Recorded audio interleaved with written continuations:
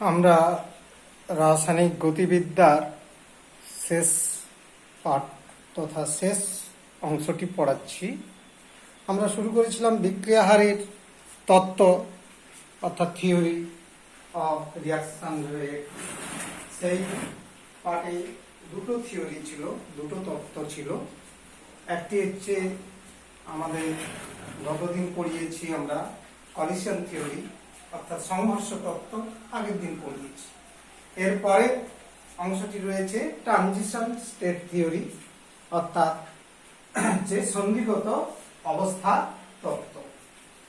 সন্ধিগত অবস্থার তত্ত্বতে আমরা যে বিষয়টি রয়েছে, আমরা আগের দিন সক্রিয়করণ শক্তি, সূচনা শক্তি বিষয়টা লেখচিত্র এবং থিওরিটিক্যালি শিখেছি।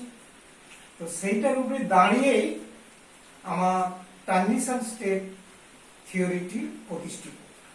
এখানে বলা হচ্ছে, দেখো, বিক্রিয়ক পদার্থের অণুগুলো সর্বপ্রথম কিছু সক্রিয়করণ শক্তি গ্রহণ করে তারা সূচনা শক্তির অধিকারী হয়।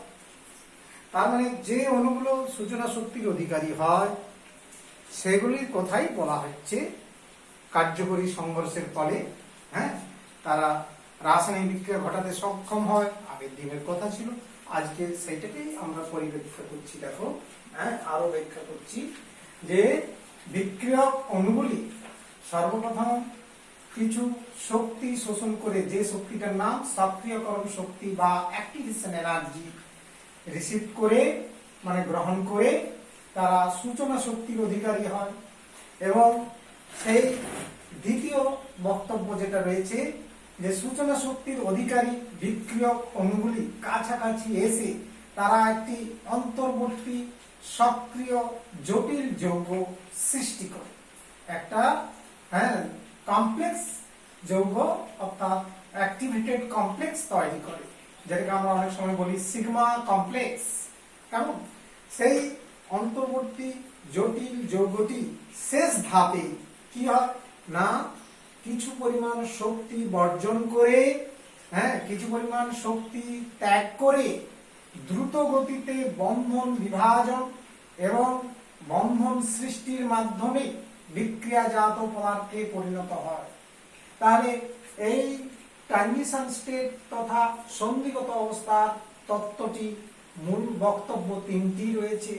একটি হচ্ছে রাসায়নিক বিক্রিয়ায় বিক্রিয়ক অণুগুলি প্রথমে সক্রিয়করণ শক্তি অর্থাৎ ইএ দিয়ে যেটা প্রকাশ করেছিলাম সেই শক্তি গ্রহণ করে নিজেদের মধ্যে সে গড় শক্তি, নিজেদের গড় শক্তির মানটাকে বৃদ্ধি করে দেয়। বৃদ্ধি করার ফলে কি হয় না, সূচনা শক্তির অধিকারী হয়। তার গড় শক্তি আগে তো ছিল, যেটাকে আমরা অন্তর শক্তি বা আভ্যন্তরীণ শক্তি বলে থাকি, যে কোনো পদার্থের মধ্যে থাকে, তেমনি সেইটাই গড় শক্তি। সেই শক্তির মানটাকে বাড়িয়েছে কি করে না, সক্রিয়করণ শক্তি যুক্ত করে। কতটা বাড়িয়েছে না, সূচনা শক্তির অধিকারী হয়েছে। আর এর থেকে বোঝা গেল যে গড় শক্তি যেটা অন্তঃশক্তি পদার্থের থাকে, তার সাথে যুক্ত হলো সক্রিয়করণ শক্তি, সমান কি হলো সূচনা শক্তি। তার মানে সূচনা শক্তির সঙ্গে একটা গাণিতিক ফর্মুলা বা সম্পর্ক রয়েছে। কেমন? এরপরে সূচনা শক্তির অধিকারী বিক্রিয়ক অণুগুলি কাছাকাছি এসে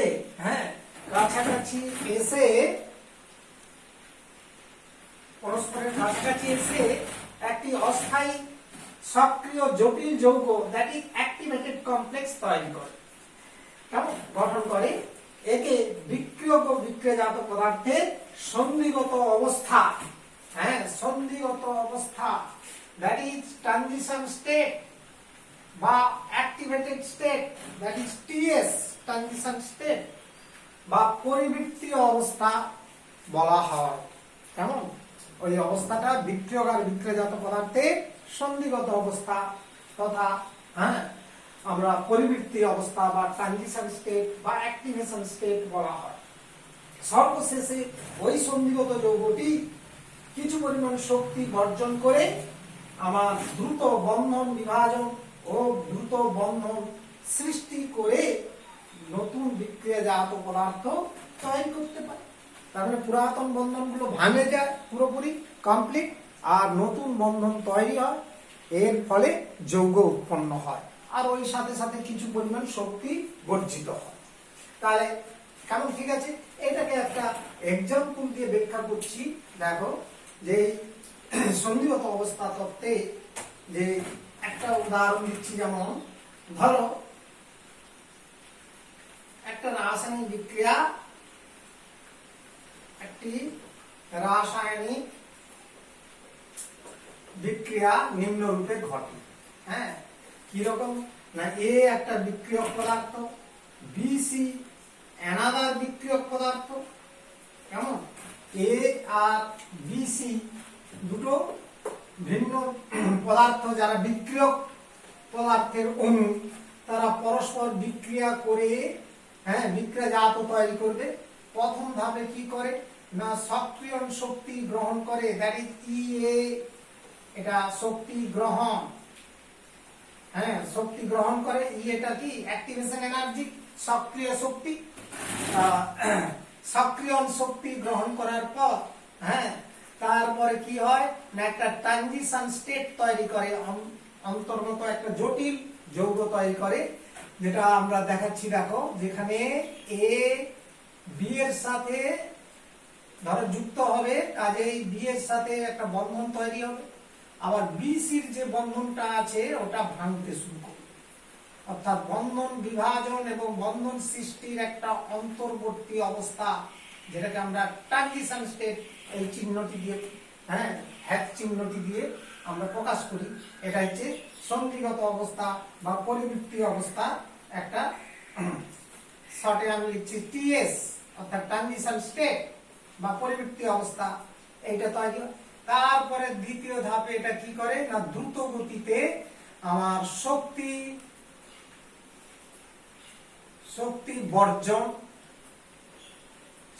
বর্জন করে এ বি পদার্থটা তৈরি হয়, বিক্রিয়াজাত পদার্থ, আর সি পদার্থ তৈরি হয়। কারণ A B R plus C, এটা বিক্রিয়াজাত পদার্থ তৈরি হয়। তাহলে এগুলো হচ্ছে বিক্রিয়ক, আর এটা হচ্ছে বিক্রিয়াজাত, আর এটা হচ্ছে পরিবৃত্তি অবস্থা বা জটিল যৌগ অবস্থা তৈরি হয়। এটাই হচ্ছে সন্ধিগত অবস্থার তত্ত্বের মূল বক্তব্য। তাহলে আমরা বিক্রিয়া হারের তত্ত্ব দ্বিতীয় তত্ত্বটি শেষ করলাম। নেক্সট হচ্ছে আমরা আসছি যে বিক্রিয়া হারের উপর উষ্ণতার প্রভাব এবং আর্মিয়াসের সমীকরণ। তাহলে রাসায়নিক বিক্রিয়া হারের উপর উষ্ণতার প্রভাব, এই টপিকটা শুরু করছি আমরা। এবং এ সম্পর্কে একটি সমীকরণ আছে, আরহেনিয়াস ইকুয়েশন, আরহেনিয়াস বিজ্ঞানীর ইকুয়েশন সমীকরণ। এই টপিকটা আমরা শুরু করছি। সর্বপ্রথম আমরা জানি, প্রথমের দিকে আলোচনা করেছিলাম, বিক্রিয়া হারের উপর উষ্ণতার প্রভাব রয়েছে, অর্থাৎ উষ্ণতার পরিবর্তনের বিক্রিয়ার হার পরিবর্তিত হয়। এটা আমরা সবাই অলরেডি জেনে গেছি যে উষ্ণতার পরিবর্তনে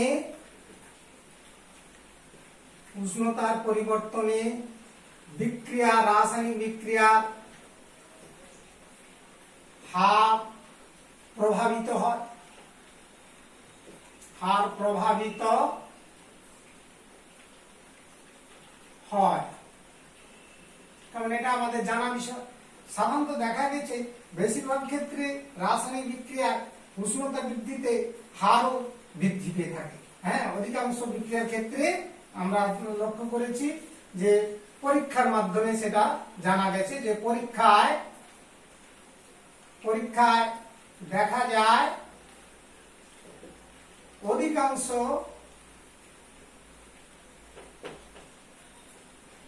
রাসায়নিক বিক্রিয়া ক্ষেত্রে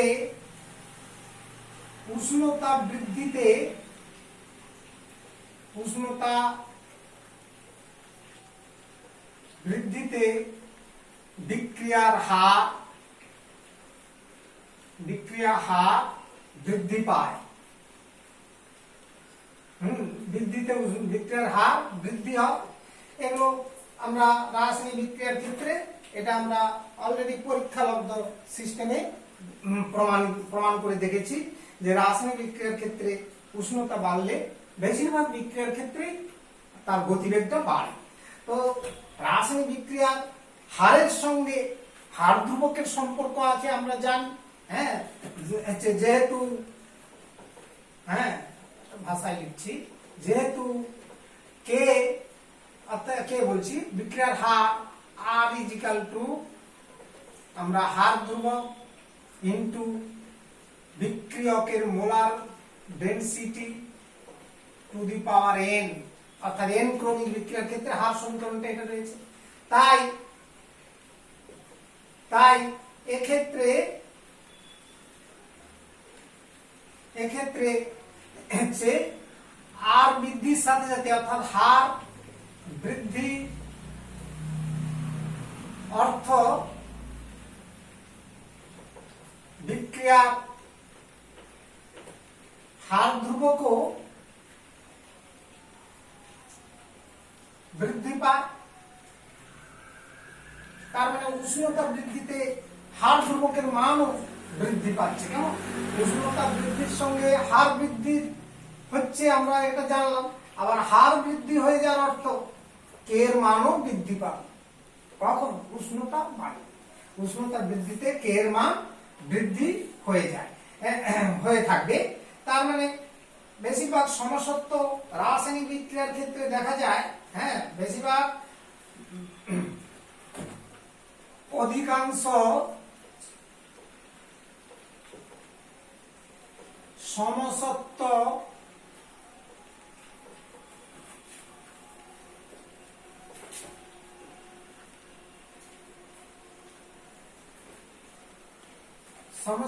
রাসায়নিক বিক্রিয়া দেখা যায় প্রতি 10 ডিগ্রি সেন্টিগ্রেড উষ্ণতা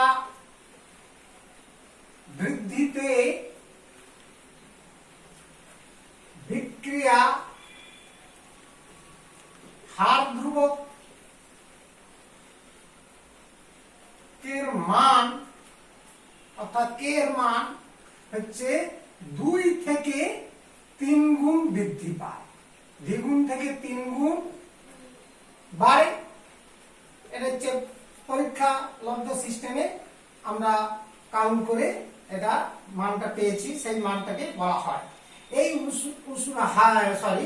এই হার ধ্রুবকের এই যে বৃদ্ধিটা উষ্ণতার সঙ্গে হয় বলে এই রাশিটাকে আমরা উষ্ণতা গুণাঙ্ক দিয়ে প্রকাশ করে থাকি। তার মানে এর পরে আরেকটা টপিক আসছে বা রাশি হচ্ছে উষ্ণতা গুণাঙ্ক। কেমন?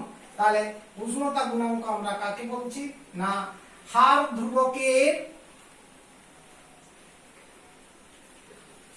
এই বৃদ্ধি, এই যে উষ্ণতার সাথে বৃদ্ধিকে আমরা উষ্ণতা গুণাঙ্ক, টেম্পারেচার কোএফিসিয়েন্ট দিয়ে প্রকাশ করা হয়। তাহলে হার ধ্রুবকের এই বৃদ্ধিকে উষ্ণতা গুণাঙ্ক দিয়ে আমরা প্রকাশ করে থাকি। তার মানে এই উষ্ণতা গুণাঙ্ক বিষয়টি এরপরে আমাদের জানতে হবে। টেম্পারেচার কোএফিসিয়েন্ট বা উষ্ণতা গুণাঙ্ক, এই ডিফাইনটা কেমন আসছে আমরা ওখান থেকে যেহেতু 10 ডিগ্রি সেন্টিগ্রেড উষ্ণতার ব্যবধান বলছি। এখন ব্যাপারটা কি না, একটা রাসায়নিক বিক্রিয়া 10 ডিগ্রি সেন্টিগ্রেডের ব্যবধানে দুটো হার ধ্রুবকের মান পাওয়া যায়। প্রথমে হার ধ্রুবকের মান যদি K1 হয়, বা ধরো T ডিগ্রি সেন্টিগ্রেড উষ্ণতা একটি রাসায়নিক বিক্রিয়ার হার ধ্রুবকের মান KT, তাহলে T+10 ডিগ্রি সেন্টিগ্রেড উষ্ণতায় হার ধ্রুবকের মান যদি KT+10 হয়, তাহলে KT+10/KT হচ্ছে উষ্ণতা গুণাঙ্ক।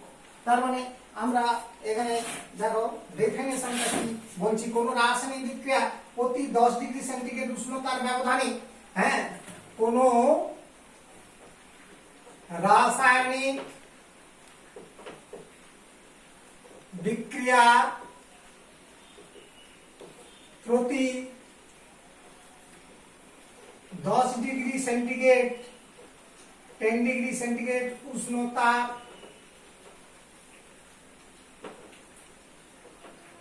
ব্যবধানে প্রতি কোন রাসায়নিক বিক্রিয়া, হ্যাঁ, প্রতি 10 ডিগ্রি সেন্টিগ্রেড উষ্ণতার ব্যবধানে যে দুটি হার ধ্রুবক পাওয়া যায়, যে দুটি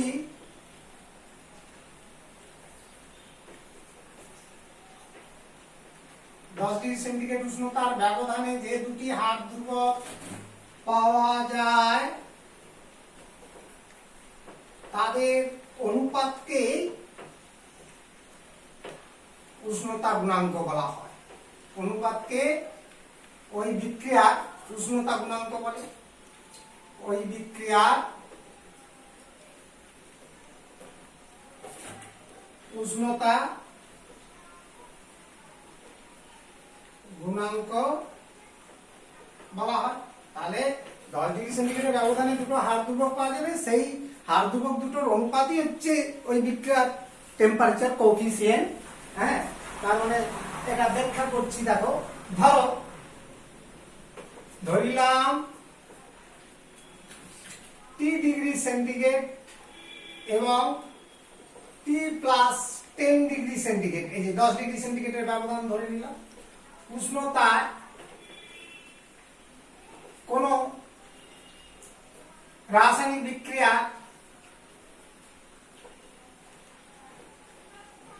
হার ধ্রুবক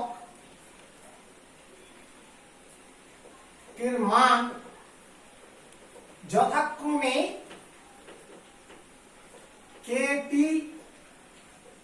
এবং kT প্লাস 10, কারণ দুটো হার ধ্রুবক আমরা ধরে নিয়েছি, একটা kT আর একটা kT প্লাস 10, এটা উচ্চ উষ্ণতায়, এটা নিম্ন উষ্ণতায়। তাহলে অতএব বিক্রিয়াটির হার ধ্রুবক উষ্ণতা গুণাঙ্ক, বিক্রিয়াটির উষ্ণতা গুণাঙ্ক কত হবে? গুণাঙ্ক হবে kT প্লাস 10 বাই kT। এইটা হচ্ছে বিষয়। আর মনে রাখার জন্য আমি তোমাদের বলছি, সাধারণত সমসত্ব বিক্রিয়ার ক্ষেত্রে, হ্যাঁ, অধিকাংশ বিক্রিয়ার ক্ষেত্রে এই উষ্ণতা গুণাঙ্ক মানে kT প্লাস 10 বাই kT এর মান 2 থেকে 3 এর মধ্যে হয়। তাহলে এই দুটো মানের ব্যবধানের মধ্যে হবে 2 থেকে 3, অর্থাৎ এর মানটা 2 থেকে 3 এর মধ্যে একটা যে কোনো মান পাওয়া যাবে, দ্বিগুণ থেকে 3 গুণের মধ্যে। এই হচ্ছে উষ্ণতা গুণাঙ্ক সম্পর্কীয় বিষয়টা আমরা এখানে কমপ্লিট করলাম। নেক্সট দেখো আর্নিয়াসের ইকুয়েশন, অর্থাৎ আর্নিয়াস সমীকরণ।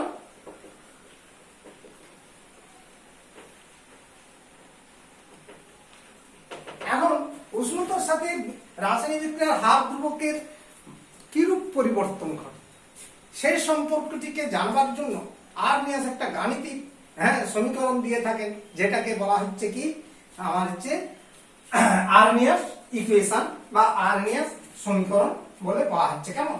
উষ্ণতার সঙ্গে বিক্রিয়ার হার ধ্রুবকের মান কিরূপ পরিবর্তিত হয় বা প্রভাবিত হয় এর সম্পর্কে আমি এখানে লিখেও দিচ্ছি। দেখো, উষ্ণতার সঙ্গে কোন বিক্রিয়া, কোন রাসায়নিক বিক্রিয়ার হার ধ্রুবকের মান কিরূপ পরিবর্তিত হয়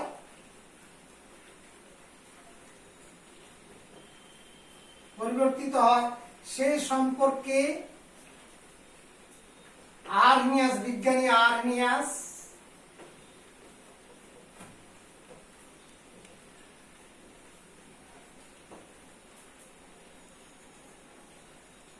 একটি গাণিতিক সমীকরণ দেন, গাণিতিক রূপ বা সমীকরণ দেন, যাহা আর্নিয়াস সমীকরণ নামে পরিচিত।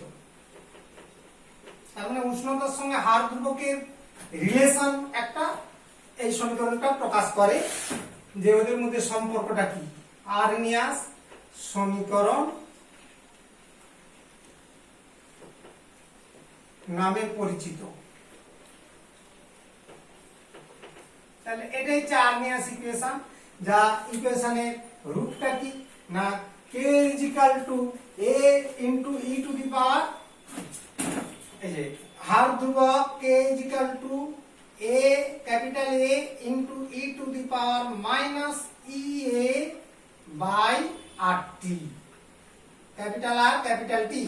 এখানে রাশিগুলোর পরিচয় দিচ্ছি আমি, দেখো k সমান হার ধ্রুবক, বিক্রিয়ার হার ধ্রুবক রাশি, ক্যাপিটাল A সমান একটি ধ্রুবক রাশি, এটা একটা ধ্রুবক রাশি যাহা কম্পাঙ্ক গুণাঙ্ক নামে পরিচিত। হ্যাঁ, তাহলে এ হচ্ছে কম্পাঙ্ক গুণাঙ্ক বলা হয়, যাহা বিক্রিয়ার কম্পাঙ্ক গুণাঙ্ক। এই হচ্ছে এর ধ্রুবক রাশিটার পরিচয়। আর ইয়ে তো পরিচিত রাশি, সক্রিয়ণ শক্তি বা সক্রিয়করণ শক্তি, অ্যাক্টিভেশন এনার্জি, এটাকে সক্রিয়ণ শক্তি বা সক্রিয়করণ শক্তি, দ্যাট ইংরেজিতে বলা হচ্ছে অ্যাক্টিভেশন এনার্জি। আর আর তো সার্বিক গ্যাস ধ্রুবক, অর্থাৎ সার্বজনীন gas constant, universal gas constant, gas ধ্রুবক। আর T is equal to পরম উষ্ণতা, দ্যাট ইজ বিক্রিয়ার উষ্ণতা। তাহলে এই যে রাশিগুলোর সম্পূর্ণ পরিচয় আমরা শিখলাম, এটাই হচ্ছে আর্নিয়াসের ইকুয়েশন বিষয়টি। এখানে মানে একটু দেখো বুঝিয়ে দিচ্ছি তোমাদের, সূচকের অঙ্ক থেকে তোমরা জানো যে উষ্ণতা যদি মান বাড়ে, হ্যাঁ উষ্ণতার মান যদি বাড়ে অর্থাৎ T যদি বাড়ে, তাহলে এই টোটাল মানটা কি হবে, বৃদ্ধি হবে। আর কে এ তো ধ্রুবক, তাহলে কে এর মানটাও বাড়ে। অর্থাৎ এখানে আমি আর একটি কথা নিচে লিখে দিচ্ছি, দেখো লক্ষ্য করে এর পরের কথাটা, যে এই সমীকরণ থেকে হ্যাঁ আর্নিয়াসের সমীকরণ থেকে দেখা যায় টি বৃদ্ধিতে আমার e to the power minus ea by rt এর মান বৃদ্ধি পায়। অর্থাৎ ওটা বৃদ্ধি পাওয়ার অর্থ কে মানে হার ধ্রুবকও বৃদ্ধি পায়, হার ধ্রুবকের মান উষ্ণতার সাথে বৃদ্ধি পায়। এই রিলেশন থেকে স্পষ্ট ধারণা হয়ে যাচ্ছে, কেমন? কারণ উষ্ণতার সঙ্গে হার ধ্রুবকের কি রূপ সম্পর্ক এই সমীকরণ থেকেই আমরা পেতে পাচ্ছি। তাহলে এই ইকুয়েশনের পর আমরা এই আর্নিয়াসের এই সমীকরণের থেকে অ্যাক্টিভেশন এনার্জি মানটা নির্ণয় করতে পারি, সক্রিয়করণ শক্তির মান নির্ণয়, যে আর্নিয়াস সমীকরণ থেকে সক্রিয়করণ বিক্রিয়কের সক্রিয়করণ শক্তি, দ্যাট ইজ বিক্রিয়কের বিক্রিয়ক পদার্থের সক্রিয়করণ শক্তি নির্ণয় ক্যালকুলেশন করব। কিভাবে আর্নিয়াসের সমীকরণ থেকে আমরা হ্যাঁ হচ্ছে সক্রিয়করণ শক্তির মান নির্ণয় করতে পারি। প্রথমেই একটা পদ্ধতি বলছি লেখচিত্র সাহায্যে, দ্যাট ইজ এটাকে বলা হচ্ছে লেখ পদ্ধতি। হ্যাঁ, লেখচিত্র পদ্ধতি গ্রাফিং সিস্টেমে আমরা পেতে পারি। লেখচিত্র পদ্ধতিতে আমরা এটা বের করতে পারি। আমরা আরএনএস এর যে ইকুয়েশনটা এক্ষুনি লিখেছিলাম সেটাই আবার একবার লিখছি। আরএনএস এর সমীকরণটি হলো আরএনএস এর সমীকরণটি হলো যে k is equal to a into e to the power minus ea by rt, both side logarithm নিয়ে পাই, both side log নিয়ে পাই log k is equal to log a plus, হ্যাঁ প্লাসটা সেই e to the power আছে মানে minus ea by rt। এখান থেকে আমরা বোথ সাইড লগারিদম করে পাচ্ছি। এরপর দেখো নিধান পরিবর্তন করছি আমরা এখান থেকে। হ্যাঁ, এর হচ্ছে নিধানটা পরিবর্তন করছি যে অর 2.303 লগ, অর্থাৎ নিধানটা 10 করলাম, log k is equal to 2.303 log a minus ea by rt, और এটাকে এরপর একটু সাজিয়ে লিখছি log k is equal to minus ea, এই টার্মটাকে আগে লিখলাম ea by 2.303 r into 1 by t plus log a। তাহলে এই ইকুয়েশনটা আমরা এখান থেকে সাজিয়ে লিখলাম।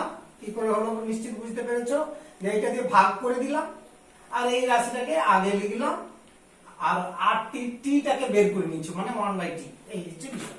তাহলে এই যে সমীকরণটা, তার মানে ইহা এই সমীকরণটি y is equal to mx plus c সরল রেখার অনুরূপ সমীকরণ, মানে একই রকম সমীকরণ দাঁড়াচ্ছে দেখাচ্ছে। তার মানে এর লেখচিত্রটা যদি আমরা অর্থাৎ অনুরূপ সমীকরণ, সুতরাং আমরা এখানে লক্ষ্য করো লগ কে বনাম হচ্ছে 1/t। হ্যাঁ, লগারিদম কে সঙ্গে উষ্ণতার অনন্যকে যদি লেখচিত্রটি আঁকি, এই সম্পর্কিত লেখচিত্রটি অঙ্কন করলে কি পাওয়া যাবে না, দেখো নতি মাত্রাটা নেগেটিভ, কারণ এই যে y is equal to mx, m এর মানটা কত, এইটা হচ্ছে m এর মান,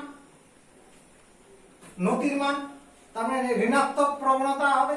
তার মানে এই লেখচিত্র অঙ্কন করলে ঋণাত্মক অর্থাৎ নেগেটিভ নতি যুক্ত একটি সরল রেখা হবে, y অক্ষে ছেদিতাংশ সরলরেখা, একটি সরল রেখা পাওয়া যাবে।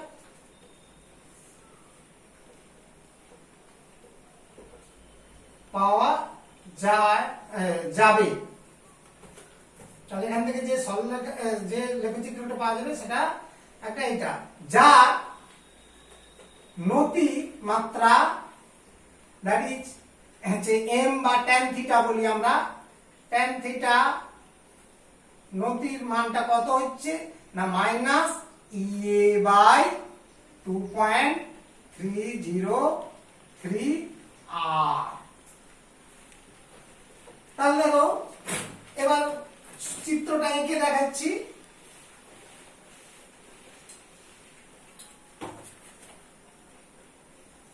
y অক্ষ, x অক্ষ,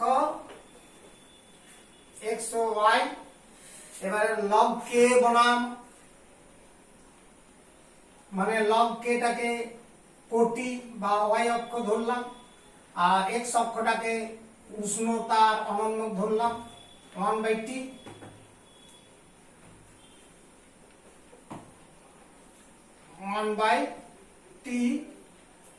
এক্স অক্ষটাকে ধরলাম।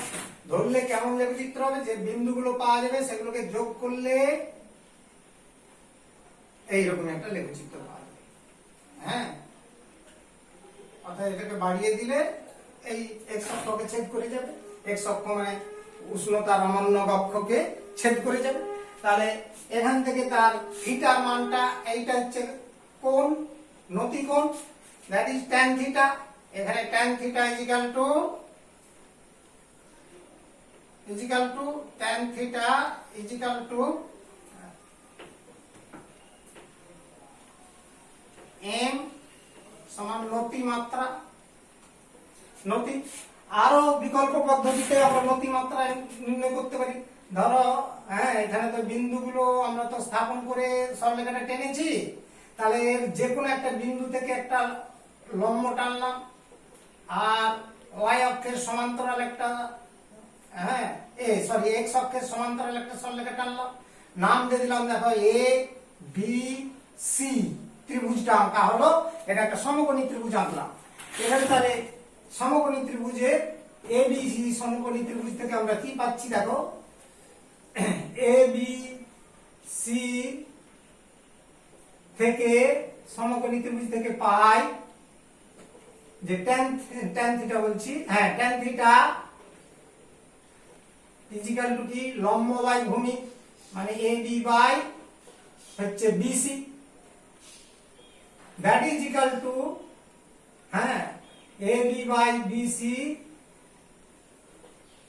ইজ ইকুয়াল টু কি না minus EA by RT 2.303 RT. কিছুক্ষণ আগেই আমরা যেটা ক্যালকুলেশন করে দেখিয়েছিলাম, tan theta is equal to এটা কি ছিল মাইনাস ইএ বাই আরটি মানে 2.303 আরটি।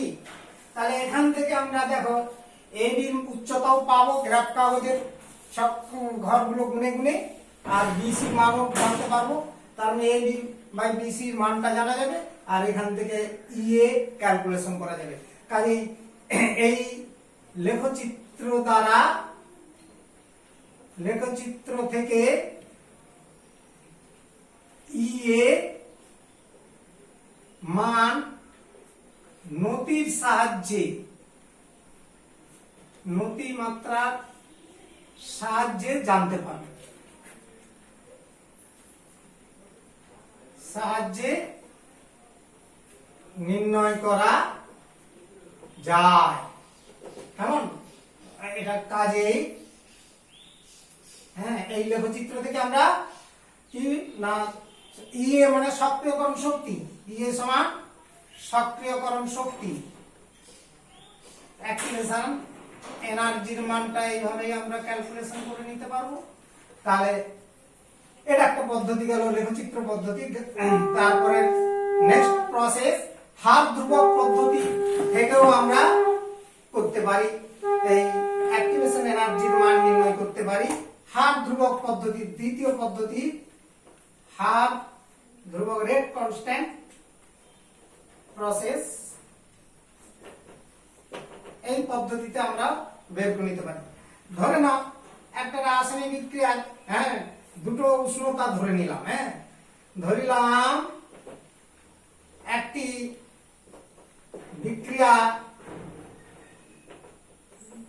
বিক্রিয়ায় T1 ও T2 কেলভিন উষ্ণতায় হার ধ্রুবকের